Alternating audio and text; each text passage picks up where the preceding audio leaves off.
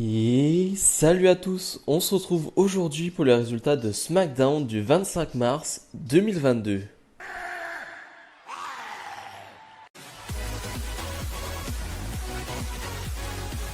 Et on débute avec un super match. Shinsuke Nakamura fait face à Jimmy Uso. Je rappelle que Nakamura et Rick Boogs font face aux Uso à WrestleMania. On a un match d'une dizaine de minutes. Et enfin, on voit un Nakamura en action dans un match plutôt long. Ça me fait rappeler que Nakamura a été champion intercontinental pendant des mois et qu'il n'a quasiment jamais eu de match aussi long, j'ai envie de dire, même en tant que champion. Ce qui est bizarre quand même. Là, il n'est plus champion, il est juste challenger au titre numéro un par équipe. Et finalement, il a un match en solo qui est plus long quasiment que tous ces matchs qu'il a eu avec son titre intercontinental. Voilà, c'est juste quelque chose que je tenais à dire et à noter parce que ça me paraît assez bizarre. Donc on a un vrai bon combat. Ça va se jouer à l'extérieur du ring avec Rick Boogs et Jey Uso. Jey Uso qui veut prendre la guitare de Rick Boogs pour frapper ou pour la donner à Jimmy Uso qui est sur le ring. Et finalement Nakamura arrive à en profiter, à porter son Kinshasa et à remporter ce match. Donc c'était un vrai bon match je trouve. Et ça laisse présager un bon match par équipe à WrestleMania. Ridge Holland doit faire face à nouveau à Kofi Kingston. En tout cas, c'est ce que l'on croit. Mais Kofi Kingston va arriver et va dire non, Ridge Holland, on t'a dit que tu devais faire face à un membre du New Day. Et ce n'est pas moi. Et c'est King Woods qui fait son retour. Donc Xavier Woods qui était blessé depuis quelques temps maintenant et qui fait son retour. On est bien content de le revoir. Et donc on va avoir ce match qui va durer une minute, même pas. Je ne sais même pas s'il va durer une minute. Où finalement Xavier Woods va surprendre Ridge Holland avec un roll-up. 1, 2, 3. Victoire du King Woods face à Ridge Holland. Quel est l'intérêt de pusher ou d'essayer de donner des victoires à Ridge Holland assez importantes? Alors certes, beaucoup de fois avec des interventions, mais quel est l'intérêt de lui donner des victoires si c'est pour le faire perdre en même pas une minute face à King Woods? Je comprends pas trop l'intérêt de ce booking là, surtout que voilà, on essaie de mettre en avant ce nouveau clan avec donc Butch Pidden. Voilà, je comprends pas trop. Vraiment, pour l'instant, on n'a pas vu Butch en action. Peut-être après WrestleMania, peut-être la semaine prochaine, mais après WrestleMania, ça pourrait être intéressant. Mais voilà, en tout cas, je comprends pas trop cette défaite et je comprends pas vraiment l'intérêt. Ronda Rousey est sur le ring pour nous faire une promo totalement inutile et inintéressante. Une nouvelle fois, j'adore Ronda Rousey, mais alors les promos, c'est vraiment pas ça, Ronda Rousey.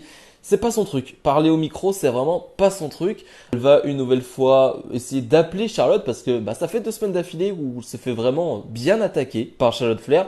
Et Charlotte Flair va lui répondre par écran interposé, lui dire non, je suis pas du tout ici, moi je suis tranquille ailleurs, mais je suis pas là du tout. Et d'ailleurs, moi je suis la championne, je ne viens pas quand tu m'appelles, ce n'est pas comme ça que ça marche. Et finalement, Ronda Rousey va parler de son habitude, on va dire, de casser les bras, parce que même elle, quand elle a eu 14 ans, elle s'est cassé le bras, et elle a adoré ça. Bon, si tu veux, Ronda. Et finalement, voilà, elle va dire qu'elle va casser le bras de Charlotte Flair à WrestleMania et remporter ce titre. Mais nouvelle fois, la promo était pas terrible, hein, je l'ai déjà dit, hein, mais les 2 dernières semaines où il y a eu de l'action entre les deux, c'était super, c'était intense, c'était physique, j'ai adoré. Mais à chaque fois qu'il y a des promos, c'est pas intéressant, il n'y a pas grand chose qui en ressort. Et ça, c'est dommage parce que je trouve qu'à chaque fois qu'il y a de la physicalité, j'espère qu'on en aura la semaine prochaine, juste avant WrestleMania, ça pourrait être pas mal. Mais là, les promos, c'est pas terrible du tout. Ricochet, le champion intercontinental, fait face à Angel Garza. Et si Angel Garza bat Ricochet, il aura une chance pour le titre de Ricochet.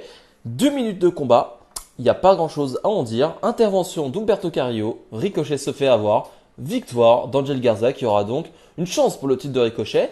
Là, je me dis, ok, c'est de la merde, hein. N'ayons pas peur des termes, c'est de la merde, hein. Ricochet, ton champion qui perd en 2 minutes, comme ça, l'air de rien. Et Ricochet a la bonne idée de se dire, je vais prendre un micro et je vais leur dire, non, non, ça va pas se passer comme ça, viens Umberto Carrillo, sur le ring, ça peut pas se passer comme ça. Donc Umberto Carrillo arrive sur le ring, un contre Ricochet. Si Carrillo bat Ricochet, il est aussi challenger au titre numéro un. Là, on a un match plus long. Là, on a un match plus intéressant, un vrai bon match.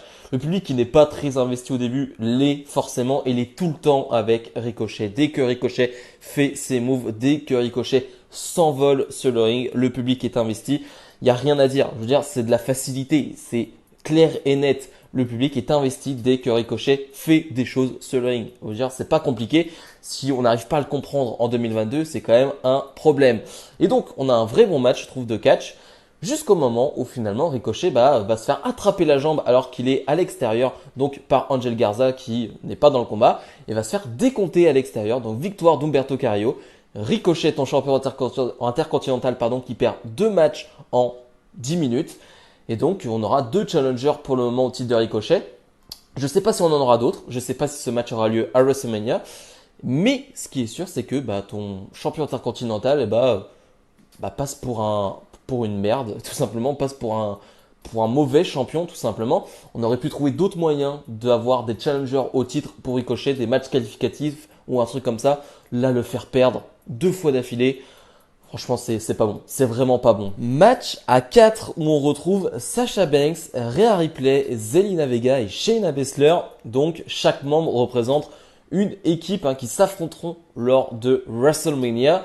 Match intéressant sur le papier et le match est bon. Je crois que c'est 6 minutes de combat, mais c'est justement le problème de ce match. J'avoue que j'aurais aimé que ça dure 5 minutes de plus parce que le match partait sur de bonnes bases, faisait vraiment de belles choses. Je trouve qu'il y avait une belle alchimie, même Zelina Vega que je trouve qui est en dessous en termes de catch dans les 4, dans le lot, on va dire, dans l'alchimie globale de ce match, elle était bien et je trouve que ça fonctionnait bien avec ces 4 là, mais je trouve que malheureusement ça dure pas assez de temps et j'ai pas le temps de m'emballer alors qu'il y avait vraiment moyen de faire un très très gros combat, donc je suis un poil déçu malgré le bon match et finalement c'est Sasha Banks qui va gagner ce combat en faisant abandonner la championne Zelina Vega. On pouvait s'en douter ces derniers temps, Zelina Vega et Carmella perdent tous leurs matchs et une nouvelle fois Zelina Vega, la championne par équipe, perd ce combat. Donc voilà, bon combat, mais j'aurais aimé un peu plus de temps pour elle. Et le segment Main Event, on retrouve le chef de tribu Roman Reigns qui est sur le ring avec Paul Heyman. Et on a eu un fil rouge dans la soirée, c'est Brock Lesnar qui est attendu dans la pièce, on va dire, dans la loge de Roman Reigns toute la soirée. C'était plutôt marrant, on a eu quelques segments très très sympathiques avec Brock Lesnar qui cherche juste à provoquer Roman Reigns pour attendre une réaction de la part de Roman Reigns pour pouvoir le toucher, l'attaquer, parce que c'est seulement comme ça qu'il a le droit de s'en prendre à Roman Reigns s'il y a provocation et s'il y a réaction derrière. Donc c'est pas plus mal. Et donc Roman Reigns qui va pas dire grand chose parce que finalement on va juste voir Brock Lesnar qui n'est plus dans la loge de Roman Reigns et Brock Lesnar finalement il va s'en prendre une nouvelle fois à la voiture de Roman Reigns et Roman Reigns va dire non mais j'en ai rien à faire, j'en ai plein, je peux en acheter plein autant que je veux des voitures et en plus à WrestleMania t'auras pas d'armes Brock Lesnar donc ça sert à rien et ça me faisait penser à quelque chose. Est-ce qu'ils vont pas rajouter une stipulation au dernier moment à ce match? Je sais pas, moi ça me paraît bizarre mais je sais pas, il y a beaucoup d'objets, de chaises, ce genre de choses dans cette histoire et je me dis, est-ce qu'ils vont pas rajouter une stipulation au dernier moment? Je ne sais pas. Bref, Brock Lesnar va arriver par le public. Alors il y a beaucoup de sécurité, il va vraiment s'en occuper et finalement Roman Reigns va avoir le temps de partir. Et c'est là un peu la déception de ce segment. J'aurais aimé un tout petit peu de physicalité. Je dis pas qu'ils se battent pendant 5 minutes, mais je sais pas, un Superman Punch, un Spear, j'en sais rien, un petit truc entre les deux. Et là on n'a rien eu donc assez déçu de ce segment. Bilan de ce SmackDown, j'ai pas apprécié et ça faisait bien longtemps que j'avais pas du tout aimé un show WWE. Alors il y a toujours des choses qui ne vont pas, mais là je trouve que le show est vraiment pas bon de A à Z. Alors il y a 2-3 petites choses à sortir, comme souvent, un petit match ou deux. Mais dans l'ensemble, je me suis ennuyé, j'ai pas aimé les résultats, j'ai pas aimé le booking. Juste pour info, Ricochet donc défendra son titre face à Humberto Carrillo et Angel Garza la semaine prochaine lors de SmackDown, un SmackDown qui s'appelle SmackDown WrestleMania. Ok, pourquoi pas. Et on aura la battle André le Géant lors de ce SmackDown là. Et on a mis Finn Balor et Damien Priest dans cette bataille là. Je pensais qu'ils allaient avoir un match à Mania. Et pas du tout. Donc ça fait beaucoup de déceptions d'un coup. Beaucoup de choses. Le Raw aussi de lundi s'appelle Raw WrestleMania. Oula, il y a beaucoup de choses. Il y a beaucoup d'informations et beaucoup de choses qui ne vont pas. Et si je dois donner une note du coup à ce SmackDown, on va être sur un 3 sur 10. Vraiment, j'ai pas aimé ce show. Avant de se quitter, bien évidemment, un mot sur Triple H. Triple H l'a annoncé, c'est officiel. Il arrête sa carrière de catcheur. Maintenant, on le sait, donc 30 ans de carrière pour Hunter.